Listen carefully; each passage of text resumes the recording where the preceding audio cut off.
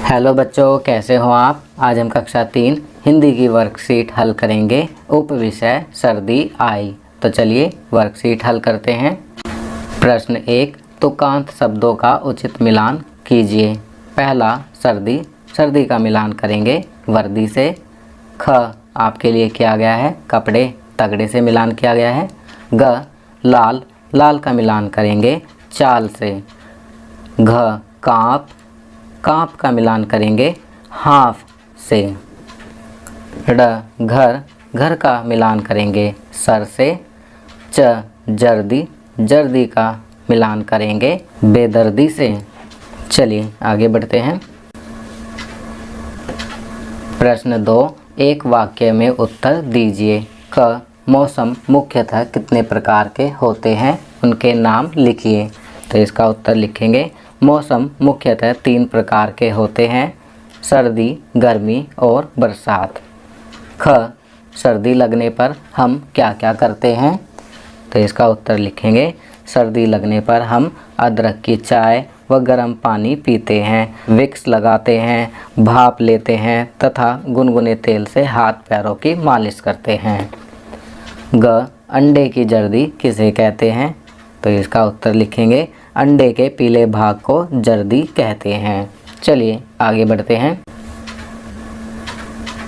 घ आपको गर्मी अच्छी लगती है या सर्दी, क्यों। तो बच्चों यहाँ पर आप अपने पसंद के मौसम के बारे में लिखेंगे कि आपको सर्दी पसंद है या गर्मी।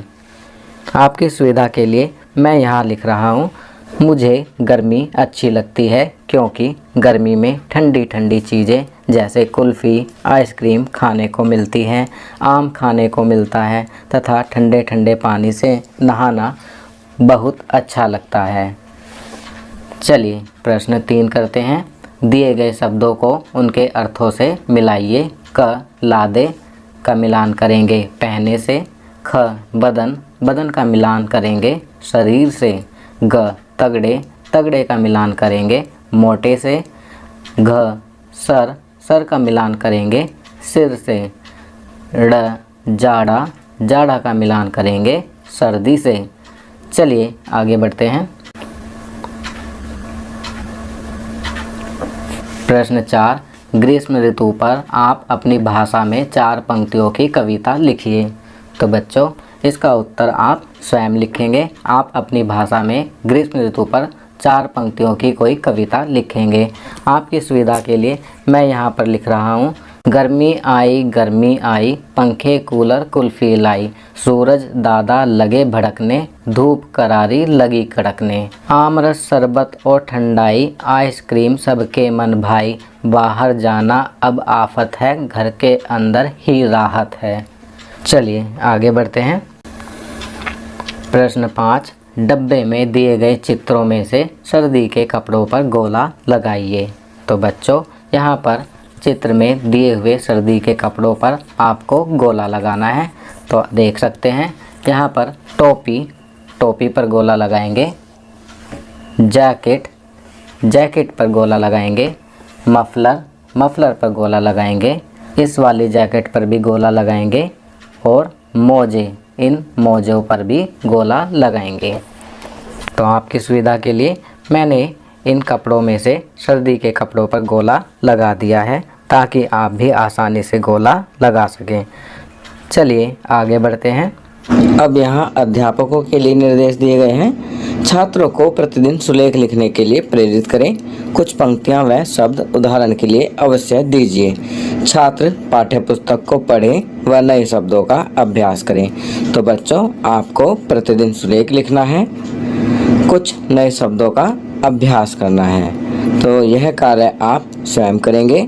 आप अपनी पाठ्यपुस्तक पढ़ेंगे, सुलेख लिखेंगे और नए शब्दों का अभ्यास करेंगे। चलिए आगे बढ़ते हैं। संस्कारशाला छोटी छोटी पर बड़ी बातें।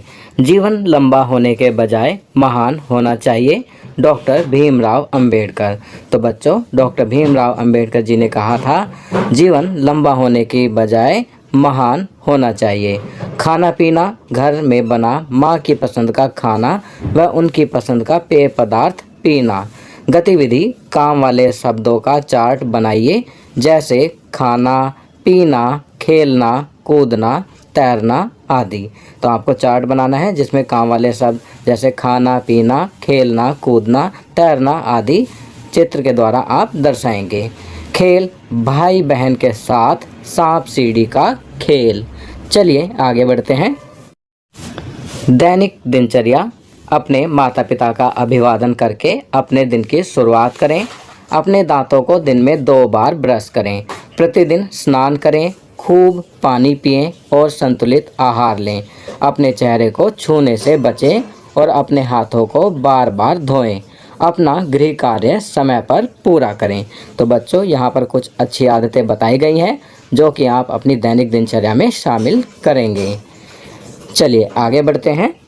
भारत की स्वतंत्रता के 75वें वर्ष के अवसर पर की जाने वाली गतिविधि।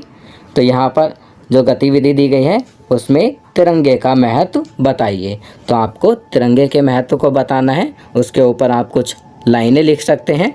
आपकी सुविधा के लिए मैं यहाँ लिख रहा हूँ। तिरंगा भारत का राष्ट्रीय ध्वज है। तिरंगा भारत की स्वतंत्रता का प्रतीक है। हमारे देश का राष्ट्रीय ध्वज तिरंगा है। इसमें 3 रंग हैं, केसरिया, सफ़ेद एवं हरा। सबसे ऊपर केसरिया रंग होता है जो साहस, वीरता और शौर्य का प्रतीक होता है। मध्य में सफ़ेद रंग होता है जो शांति, शुद्धता तथा सत्यता का प्रतीक है। सबसे नीचे हरा रंग होता है जो सुख, समृद्धि तथा विकास का प्रतीक है। ध्वज के मध्य में नीले रंग का एक चक्र होता है जिसमें 24 तीलियां होती हैं, जिसे अशोक चक्र कहा जाता है। चक्र हमें निरंतर गति से आगे बढ़ने की प्रेरणा देता है। तिरंगे का सम्मान करना भारत के प्रत्येक नागरिक का कर्तव्य है। तिरंगा भारत देश की आन बान शान है। तो यहाँ पर मैंने कुछ लाइनें तिरंगे के महत्व को बताते हुए लिखी हैं। आप भी इसी प्रकार तिरंगे का महत्व बताते हुए कुछ लाइनें लिखेंगे। तो बच्चों, ये वर्कशीट यहाँ कंप्लीट होती है। अगर ये वीडियो आपको अच्छी लगी तो इसे लाइक एंड शेयर ज़रूर करें।